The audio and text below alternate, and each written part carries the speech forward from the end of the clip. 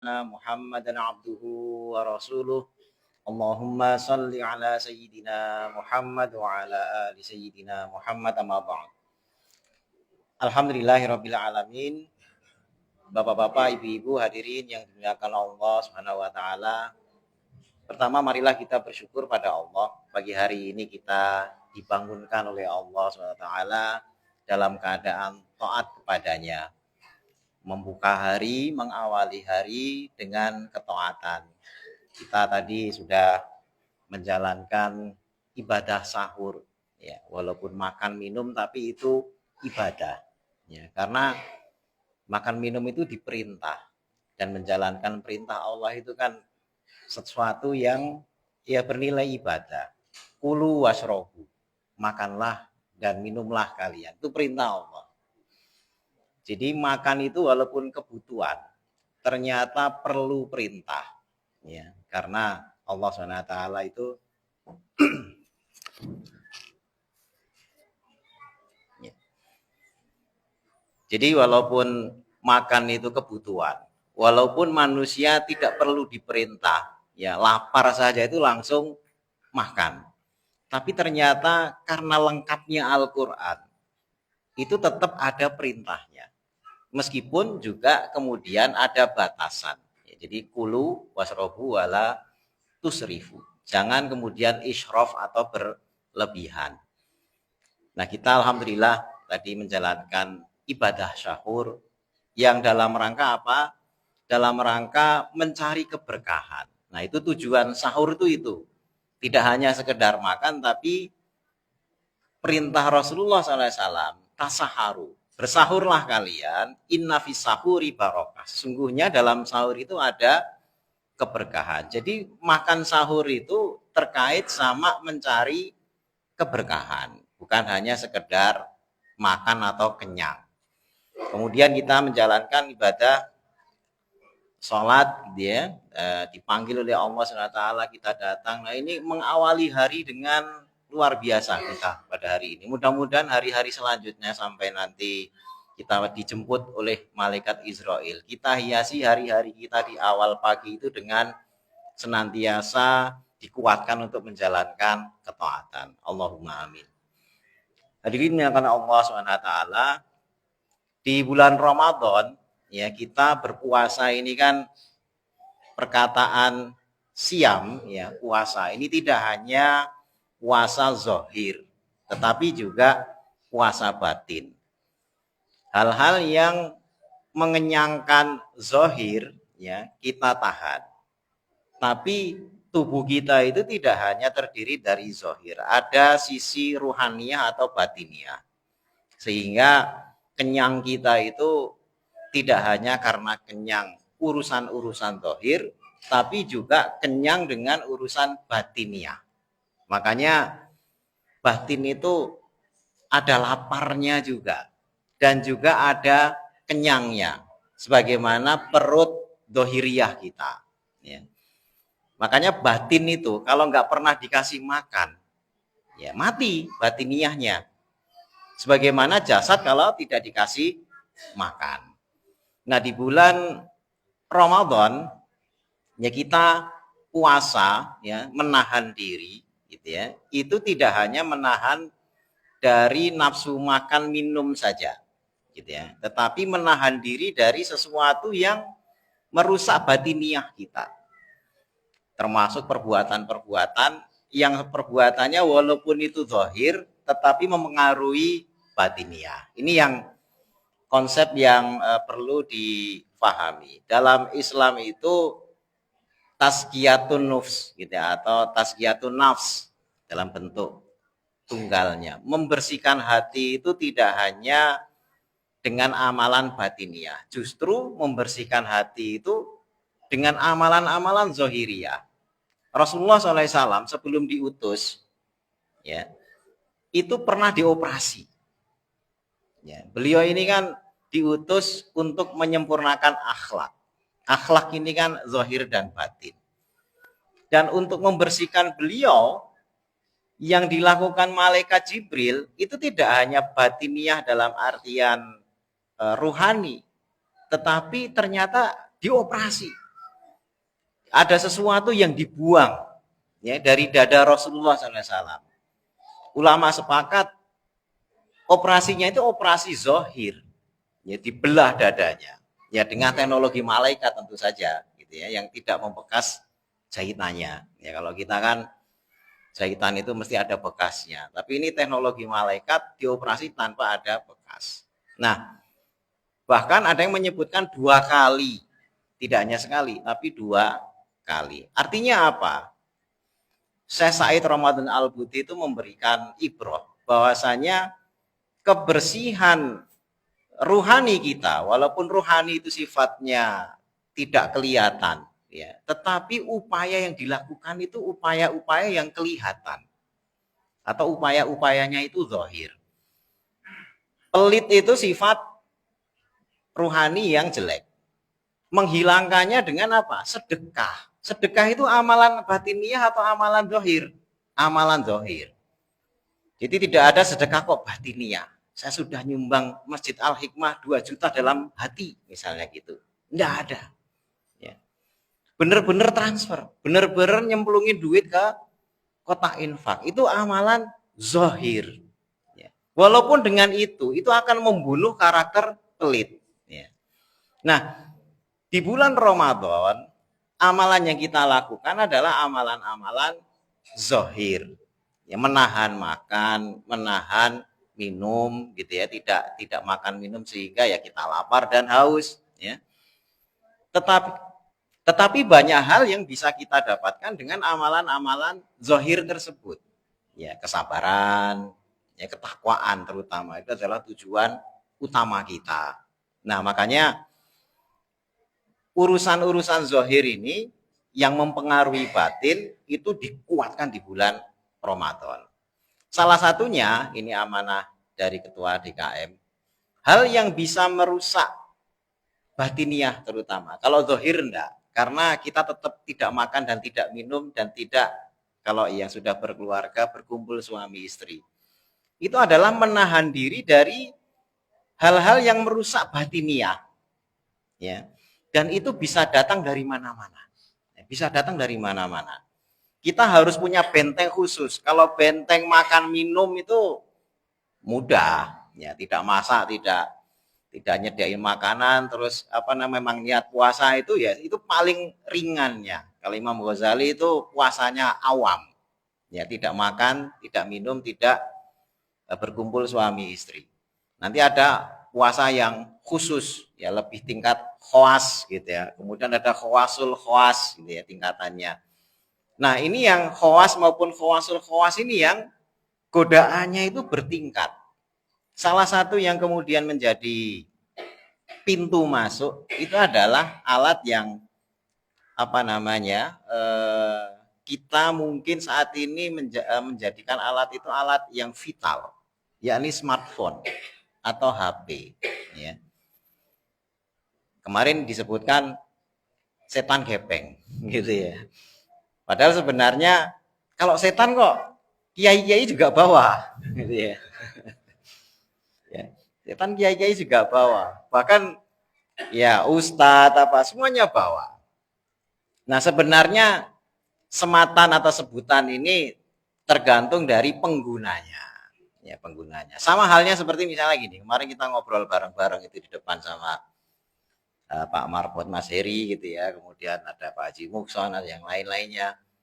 Harta itu sebenarnya jahat apa baik?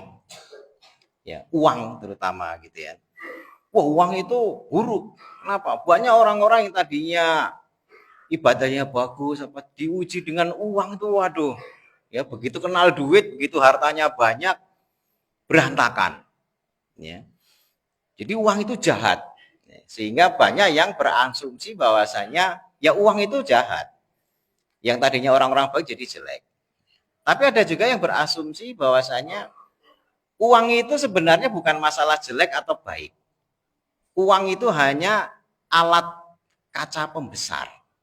Ya, kaca pembesar. Ada yang menyebutkan begitu. Atau loop, ya. Kan kalau kita pengen melihat benda kecil, semut, kita atau ya benda-benda kecil ya, itu pakai kaca pembesar. Jadi kita bisa melihat benda kecil tersebut dengan lebih jelas. Nah, uang atau harta itu seperti kaca pembesar. Kalau orangnya itu sudah memang jelek, dengan uang makin kelihatan jelek. Karena digedein gitu ya. Jadi, ya semut ketika dikasih kaca pembesar itu tidak berubah jadi badak. Walaupun gede kelihatannya, tetap semut. Ya tetap semut. Dari awal memang semut. Cuma kelihatan lebih besar. Ya. Harta itu juga begitu. Kalau dasarnya adalah orangnya jelek, jahat gitu ya. Uang itu hanya akan memperbesar dan memperlihatkan karakter sesungguhnya kalau dia itu jahat. Maka begitu dapat duit mesti larinya ke tempat-tempat yang jelek atau jahat. Jadi cuma makin kelihatan saja. Ya kalau duitnya dikit mau berbuat jahat kan nggak ada biaya. Ya, karena kejahatan itu pun perlu kos. Bahkan masuk ke tempat-tempat diskotik apa tuh member clubnya itu mahal-mahal. Ya, mahal-mahal. Ya karena ya kosnya itu memang mahal. Ya tadinya rajin ke masjid apa itu enggak ke mana-mana. Begitu duitnya banyak, ternyata potensi yang selama ini tidak kelihatan itu dibesarkan dengan harta atau dengan uang. Di uang itu kaca pembesar. Tapi kalau dasarnya baik, ya, maka uang ini akan larinya ya ke tempat-tempat baik. Hanya akan memperbesar saja yang mungkin tadinya infaknya ya cuma ya 1.000, 2.000 gitu ya. Itu ketika tambah kaya, ya tambah besar. Karena tidak berubah, watak orangnya tidak berubah, hanya makin besar ketika potensi kebaikannya juga jadi besar dengan uang tersebut. Nah, makanya kalau kita ini saat ini gitu ya, memang orang baik, dapat rezeki banyak, uang banyak, maka juga akan makin besar juga kebaikannya. Ya, walaupun ada juga yang orang jelek yang laten. Ya, orang jelek yang laten. Yakni sebenarnya jelek, jahat. Cuma tadi itu, nggak punya potensi untuk memperbesar kejahatannya. Nah, ini mungkin karena kebaikan Allah. Ya, Allah jaga kita, mau aneh-aneh, mau macam-macam, mau neko-neko itu nggak punya biaya. Akhirnya terpaksa jadi baik gitu ya. Akhirnya mau kemana-mana lah, mau maksiat juga perlu kos, nggak ada kos gitu ya. Ya, masih dijaga oleh Allah. Jadi keterbatasan itu kadang-kadang menjaga kita. Ya, terkadang keterbatasan itu menjaga kita agar tetap taat. Makanya jangan membenci keterbatasan. Ya, karena seringkali keterbatasan itu sebenarnya yang menolong kita. Nah, kembali kepada smartphone atau HP, fitnahnya itu besar. Ya, fitnahnya besar, tapi manfaatnya juga besar. Tergantung siapa yang pegang. Ya. Kalau yang pegang orang jahat, ya maka larinya ke seperti tadi uang tadi itu, memperbesar kemungkinan jahatnya. Ya. Tapi kalau orang baik yang pegang, maka dia akan memperbesar kemungkinan untuk makin berbuat baik. Kalau orang bilang kan ada istilah the man behind the gun. Ya, ya orang dibalik kelapa muda katanya gitu. Jadi orang dibalik senjata. Si senjata itu tidak jahat. Ya, tapi siapa yang pegang? Ya, senjata itu siapa yang pegang? Kalau yang pegang orang jahat, ya akan dipakai untuk kejahatan-kejahatan. Tapi kalau yang dipakai orang baik, justru malah untuk melindungi.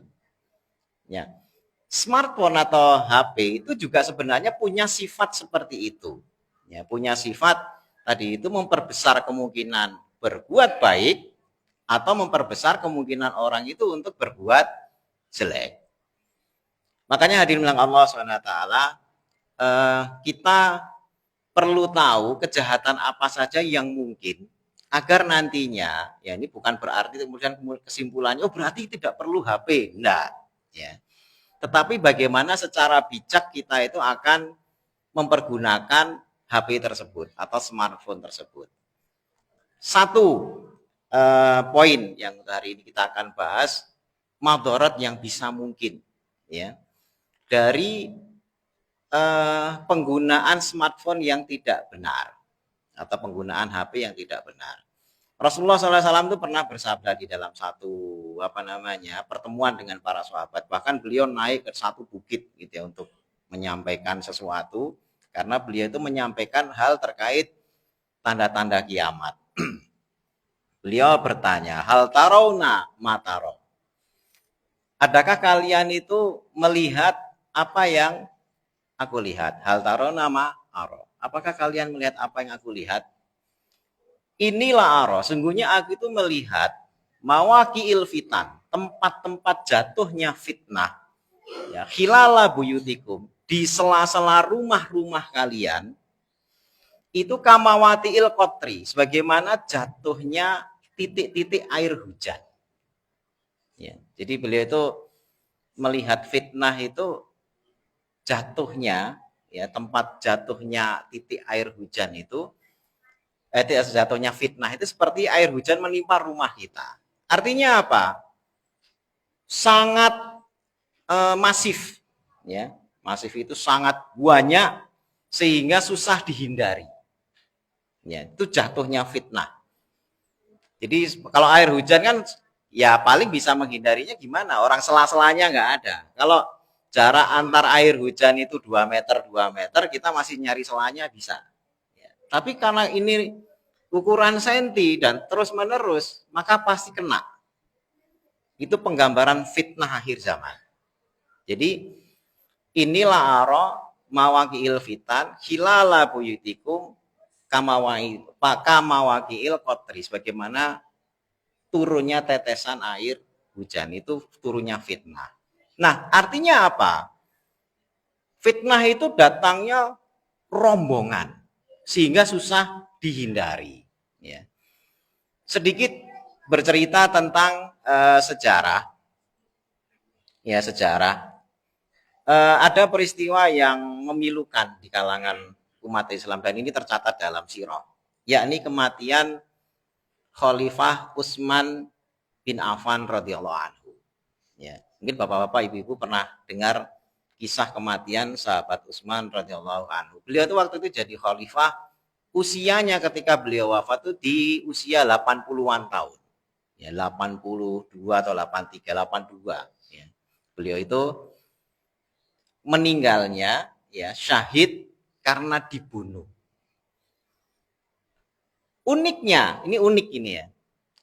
Dari 3 pembunuh, ada 3 yang masuk, anak-anak muda. Ya. Itu ada putranya sahabat Abu Bakar As-Siddiq radhiyallahu anhu, yang namanya Muhammad bin Abu Bakar. Nanti silahkan dicari kisahnya, itu banyak itu, karena ini dinukil dari kitab-kitab sirah dan itu diakui oleh para ulama sirah.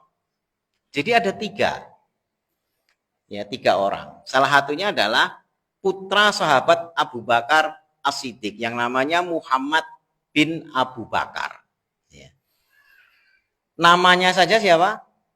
Muhammad. Artinya apa? Sahabat Abu Bakar radhiyallahu anhu itu kan mertuanya Nabi.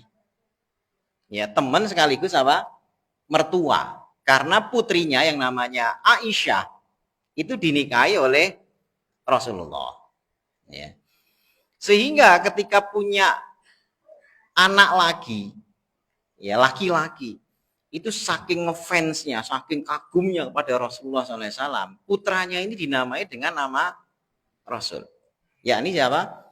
Muhammad bin Abu Bakar. Bin itu bapaknya, itu anaknya Abu Bakar. Nah, gelombang fitnah waktu zaman Khalifah Utsman bin Affan radhiyallahu anhu ini luar biasa. Fitnah luar biasa. Di khalifah itu ya sebagaimana mungkin presiden sekarang, itu banyak isu. Salah satu penghembus isu itu adalah Abdullah bin Saba. Ya, Abdullah bin Saba. Jadi khalifah itu nadanya seperti dipuji-puji. Ya, nadanya seperti dipuji-puji. Tapi kemudian dijatuhkan. Oh, ini orang baik tapi, oh ini orang baik tapi gitu ya. Tapinya ini nyerangnya luar biasa. Bahkan kemudian mengangkat sahabat Ali radhiyallahu anhu ini diunggul-unggulkan. Yang lebih pantas beliau.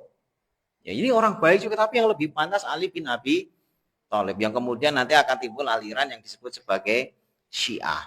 Ini Abdullah bin Sabah. Nah, ini orang Yahudi.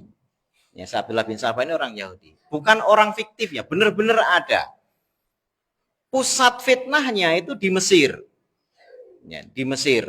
Jadi di Mesir itu bergerak, gerilya, nyebar isu, nyebar kalau sekarang itu namanya apa? Hoax atau hoax gitu ya. Bukan tawasobil hak tapi tawasobil hoax gitu ya. Jadi kemana-mana nyebar hoax. Ya. Nah, akhirnya masyarakat ini terpancing, semuanya akhirnya nyerang sahabat Utsman. Salah satu yang kemakan, ya, dengan hoax ini adalah putra sahabat Nabi yang namanya Muhammad bin Abu Bakar. Akhirnya apa? Bersama dua orang pemuda itu nyerbu masuk. Walaupun sebenarnya yang membunuh bukan beliau, tapi yang mendobrak pertama pintu itu adalah putranya sahabat Abu Bakar radhiyallahu anhu. Jadi kenapa bukan beliau yang membunuh? Tadinya beliau berniat. Itu sudah jenggotnya sahabat Utsman bin Affan ini ditarik. Ya, sudah pegang pedang, pegang pedang. Sudah mau ditebas. Ya. Tapi sahabat Utsman bin Affan radhiyallahu anhu ini berkata, "Wahai anak, bapakmu tidak akan memperlakukan jenggot ini seperti kamu memperlakukan saya." Jadi tegur. Jadi disebut nama bapaknya. Bapak kamu tidak akan memperlakukan jenggot ini sebagaimana kamu memperlakukan saya. Nah, kemudian disebutlah fitnah-fitnah yang selama ini difahami oleh Muhammad bin Abu Bakar. Bukankah kamu yang begini? Ya. Maka kemudian dijawab, tidak dibantah, ini karena panjang kalau mau konfirmasi itu kan panjang. Hanya dijawab, kalau bapakmu tahu, dia akan membenarkan aku. Prinsipnya itu aja. Kalau bapakmu tahu, maka dia akan membenarkan aku. Maka dengan ucapan ini, karena namanya orang tua ya, dan dihormati oleh putranya, kendor. Pegangan jenggotnya ini kendor, kemudian pedangnya lepas, tapi yang dua yang sudah sama-sama dobrak tadi, yang paling depan kan Muhammad bin Abu Bakar, yang dua itu kemudian bawa panah sama pedang juga, yang satu manah dalam jarak dekat, itu manahnya di telinga, itu tembus sampai tenggorokan. Nah, setelah itu baru kemudian ditusuk dengan pedang dan sebagainya. Tapi sahabat putranya Abu Bakar tadi itu tidak menyentuh apa-apa. Setelah itu dia pergi dan menyesal. Walaupun terdengar kabar sampai kemudian beberapa sirah menyebutkan yang membunuh itu adalah Muhammad bin Abu Bakar. Catatan pentingnya adalah bagaimana satu fitnah ya dengan teknologi yang masih terbatas. Waktu itu belum ada HP. Ya, info itu cuma karena sering diulang-ulang dari Mesir sampai kemudian ke pusat pemerintahan, semua orang dengar, jadi akhirnya melazimi fitnah-fitnah itu, akhirnya bisa menggerakkan pemuda sekelas putranya sahabat Abu Bakar itu bergerak untuk membunuh khalifah. Nah, apalagi kalau itu ya disebarkan lewat alat yang semuanya pegang. Ya. Fitnah zaman itu kalau mau nyebar berita itu harus ketok pintu. Ya, ketok pintu. Ngobrol. Pak, Bu, wah khalifah itu begini, ketokin pintu satu-satu. Kalau rumahnya 1000 yang ketokin pintu 1000. Sekarang itu nyebar berita cuma pakai blast. Ya, blast tahu ya? SMS blast atau message blast gitu ya. Kalau dulu zaman BBM itu apa itu yang sekali pencet broadcast. Ya, istilahnya broadcast. Sekali pencet kalimat berita yang sama itu nyebar ke ratusan atau bahkan ribuan orang. Gitu ya, cepat sekali. Nah, itu kalau orang yang berpikiran maju agak hati-hati. Tapi kalau orang yang berpikiran mundur bahaya. Namanya maju itu apa? Dari belakang ke depan. Kalau mundur itu dari depan ke belakang. Maksudnya apa? Coba Bapak-bapak, Ibu perhatikan kepala kita. Otak itu di belakang, ya, mulut di depan. Di antaranya ada telinga dan mata. Mata itu selalu di belakang mulut. Ya. Kalau orang maju, ya, urutan mencerna informasi dan menyampaikan informasi itu mesti dari belakang ke depan. Itu orang maju. Ya, namanya maju ya. Berarti apa dulu yang dipakai? Otak. Ya, baru kemudian telinga. Baru kemudian mata, baru kemudian mulut. Jadi ngomong itu selalu belakangan. Mikir dulu. Yang saya omongkan ini nanti bikin fitnah, bikin kekacauan enggak? Ketika dirasa, oh ini udah benar, dia akan hati-hati belum langsung ngomong. Dia nyari info dari pendengaran dan juga penglihatan. Ya, itu namanya cek dan recheck. Sebelum akhirnya mulutnya nyeplos. Itu orang maju. Urut. Mikir dulu, sudah benar gini-gini, baru cari info lagi, denger apa, bener nggak sih ini? Kemudian dilihat gitu ya faktanya dan sebagainya, baru kemudian ngomong.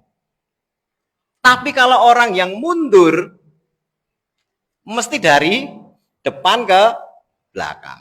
Nyeplos dulu, yang penting pokoknya. Artinya kalau orang ini kan banyak bacot dulu, gitu ya. Nyeplos dulu. Habis itu baru mata telinganya dipakai. Tadi saya ngomong apa? Terus baru mikir. Ini ngomong dulu mikirnya belakangan.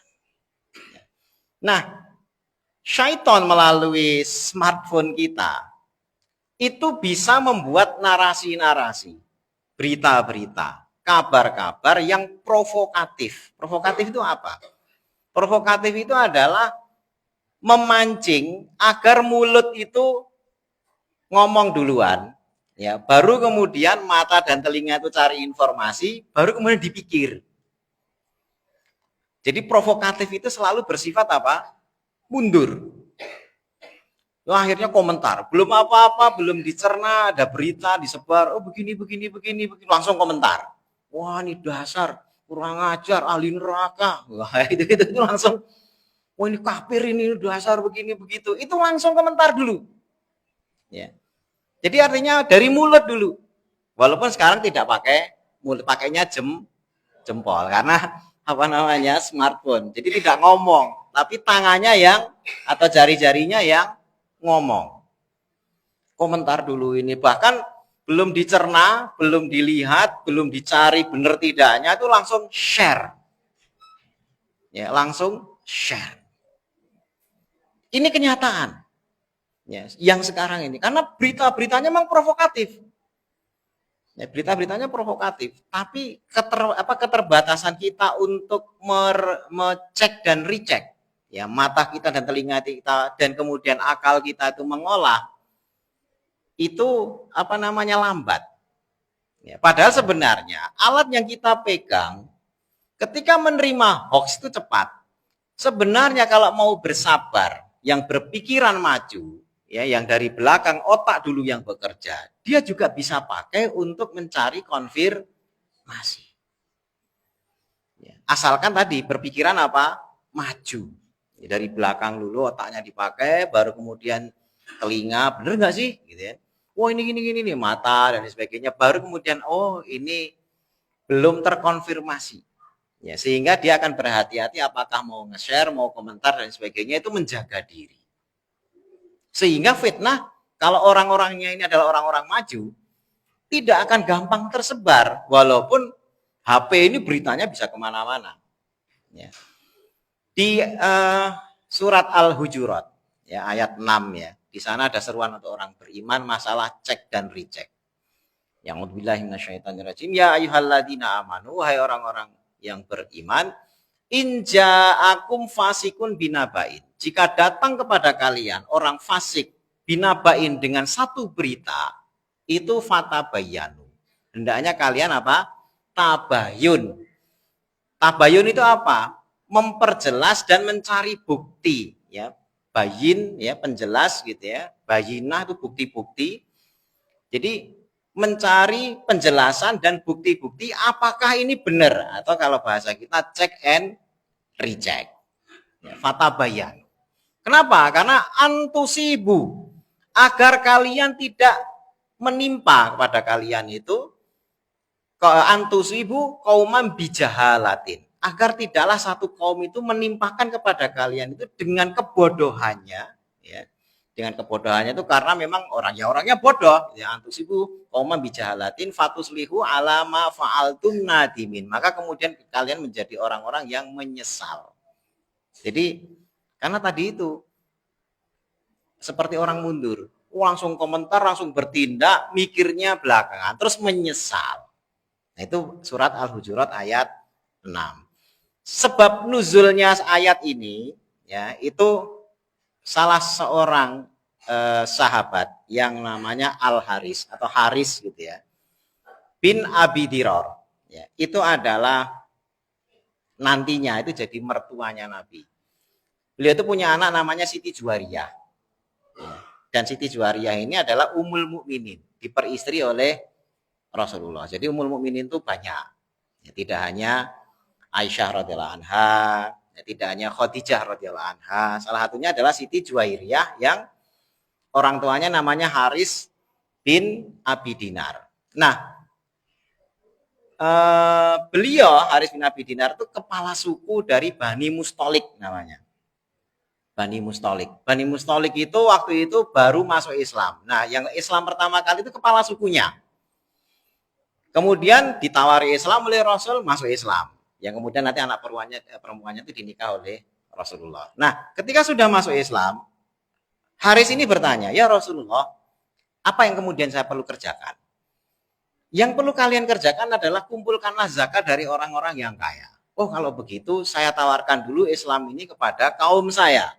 Kemudian akan saya ajak mereka itu mengumpulkan harta untuk diserahkan kepada Anda ya Rasulullah.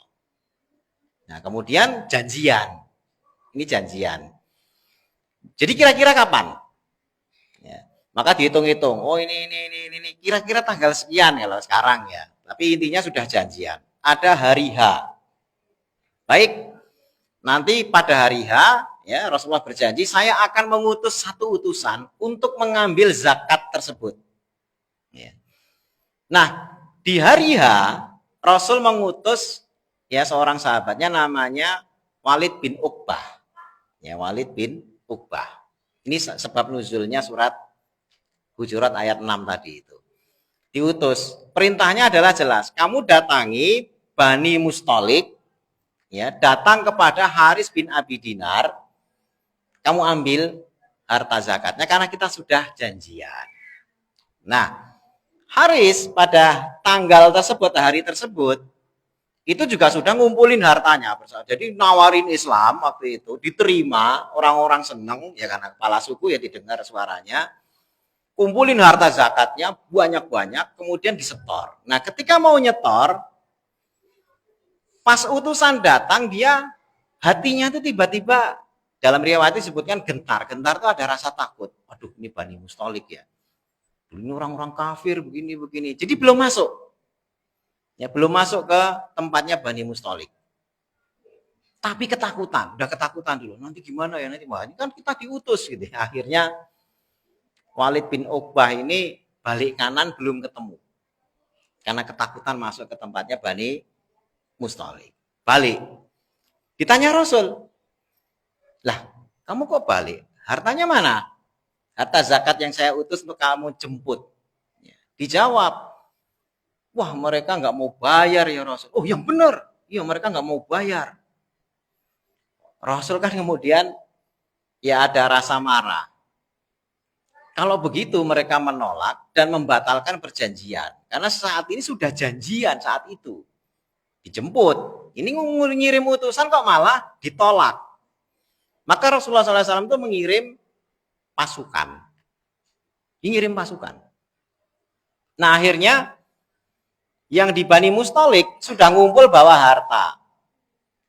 Yang difikirkan oleh orang-orang beriman di sana, Nabi kok nggak belum datang ya?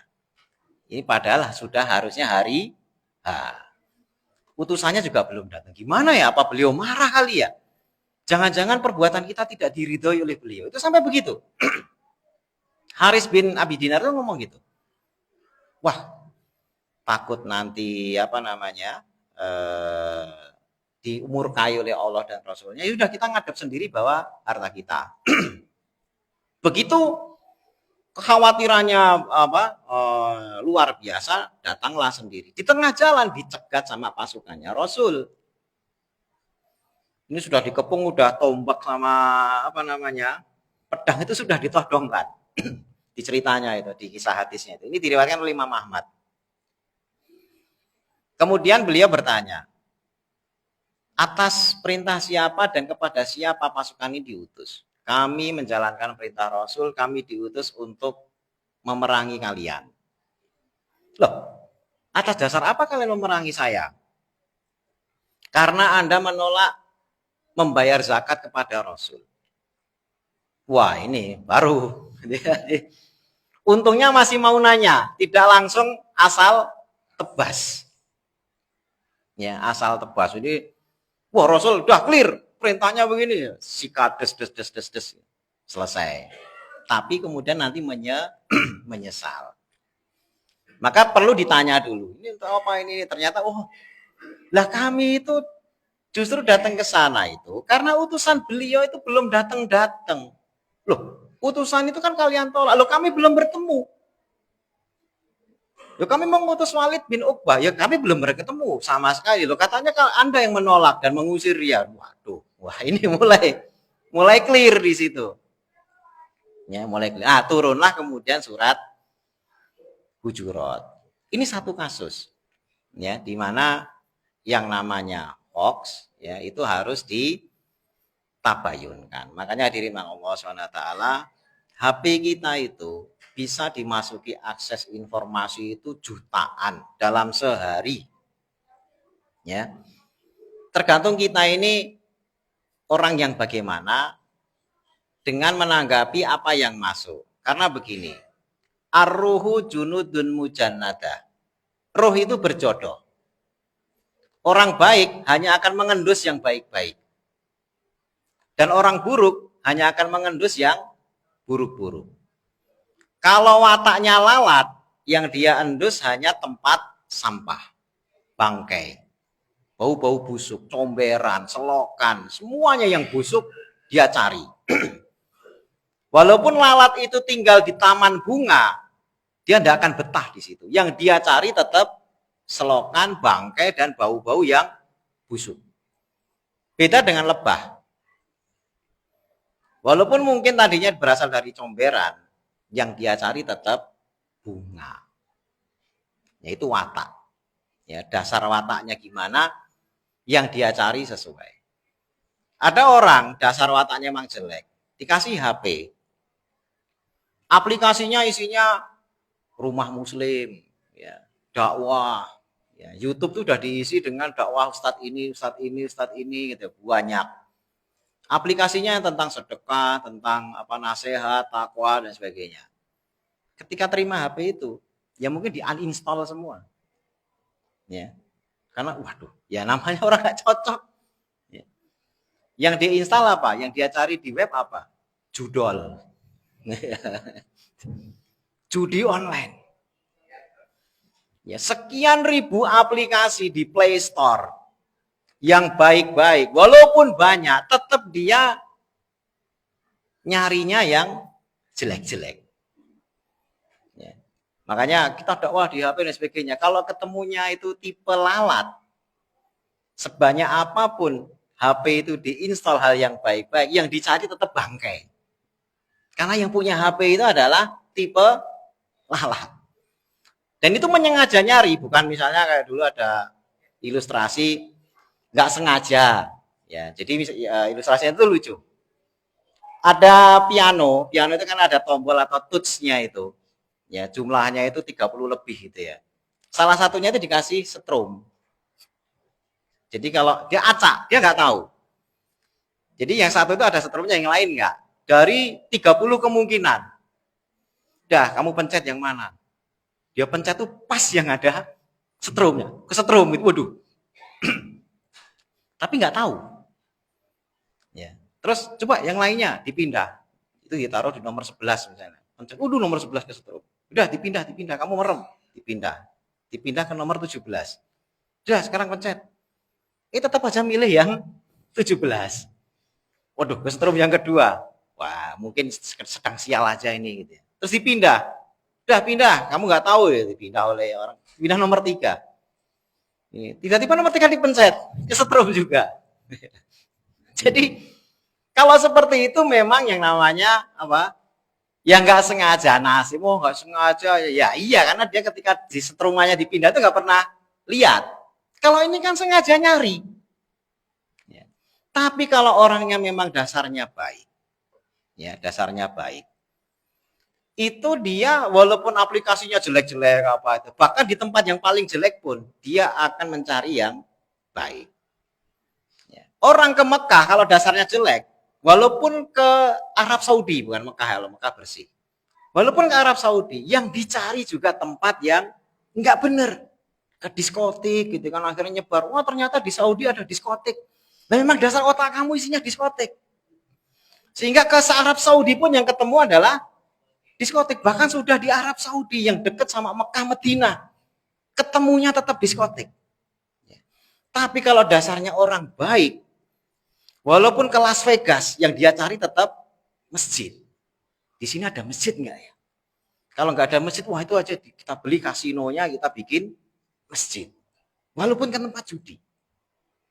Ya. Makanya diulang Allah SWT, ini ujian berat ya buat kita. Karena manusia itu punya kecenderungan untuk memilih yang buruk-buruk. Ya, buruk itu bukan seperti tadi kesetrum yang nggak sengaja, bukan. Kalau keburukannya nggak sengaja itu dimaafkan. Jika kesetrum sampai 10 kali dipindah-pindah itu tetap dimaafkan, walaupun 10 kali. Karena memang dia tidak sengaja, ya, tidak tahu. Ya agama mengatur itu. Ya. Tetapi kalau sengaja beda dan manusia, nah nanti mudah-mudahan di pertemuan yang berikutnya akan saya jelaskan lebih detail. Itu suka yang buruk-buruk. Makanya kalau membaca berita, ya, bad news itu adalah good news. Ya, mana ada berita di apalagi dulu ada koran lampu merah, terus diganti lampu hijau, gitu, ganti lagi lampu kuning atau apa. Berita yang laku dibeli oleh orang-orang yang beli koran itu nyari berita kriminal lah, yang jelek-jelek dan sebagainya. Kalau berita warga Green Garden kerja bakti, nggak akan jadi berita. Jadi good news is good news itu belum dan tidak akan, gitu ya. Tidak akan laku beritanya kalau ada orang kerja bakti di masjid dan sebagainya, itu nggak akan.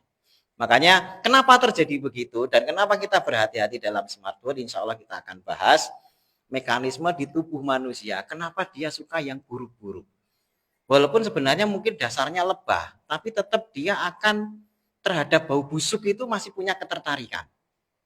Ya, walaupun dia lebah, padahal yang dicari itu selalu bunga. Nah ini mudah-mudahan di pertemuan yang akan datang kita bisa jelaskan secara lebih detail. Demikian, mudah-mudahan bermanfaat dan lebih berhati-hati dengan benda yang ada di kantong kita, yang kalau ketinggalan itu malah lebih mengkhawatirkan daripada ketinggalan duit.